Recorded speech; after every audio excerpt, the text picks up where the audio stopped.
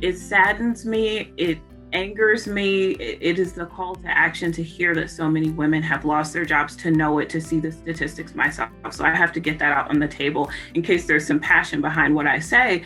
But really and truly, I think this is the moment for us to stand in that light and say, okay, what can we do to right the ship?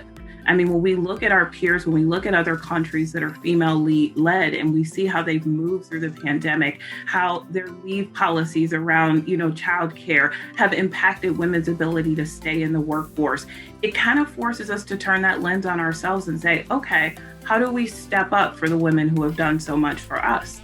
And I think, it's going to take looking at HR, my scope, very differently. What are the benefits that are going to be needed, benefit packages in total that are needed for a woman to stay in the workforce? Is it flexible work schedules? Is it childcare allotment? Is it childcare on site?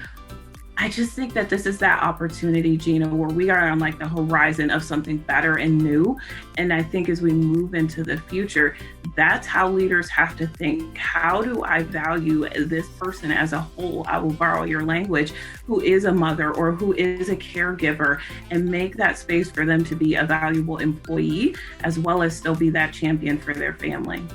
I think recognizing invisible labor is something that's huge. There's a ton of resources out there, so I won't, go too far into the weeds on this, but women typically in a partnership are doing more and more of the work that isn't seen. So a lot of times women are working 40, 50, 60 hours a week for their compensation and their income. Then additionally, they're doing more at home. So, hey, I wonder what's for dinner tonight. Chances are women are planning that. I wonder what we need at the grocery store. And so there is such a huge, barrier here for families and whatnot. And when women are taking on all of this extra effort, something's got to give. So I think, really important, it's acknowledging, number one, that this exists, because denying it is lying the truth. So I think, acknowledging that invisible labor exists, and then creating, number one, creating partnerships where that's less and less of the instances. It's important that families work together to, create solutions for each other. It's important that we have systems and, communities that also provide that support. It shouldn't be all on women. Women are superstars, right? Like, we can do anything. Doesn't mean we should do everything. And that invisible labor piece is huge, because it is not only the work that they're doing from 9 to 5, but the work between then that is really, really draining on so many women. One thing, I don't think the issue is any different. It's just more critical because of the current pandemic. It just highlights, a lot of the problems.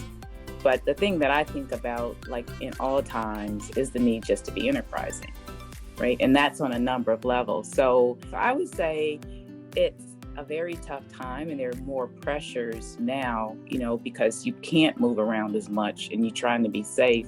So it's not as easy. But with, the internet and technology, which is a challenge in own self, having access to it, I think we just have to continue to learn to be enterprising and connecting with one another, because you don't know who knows who has what.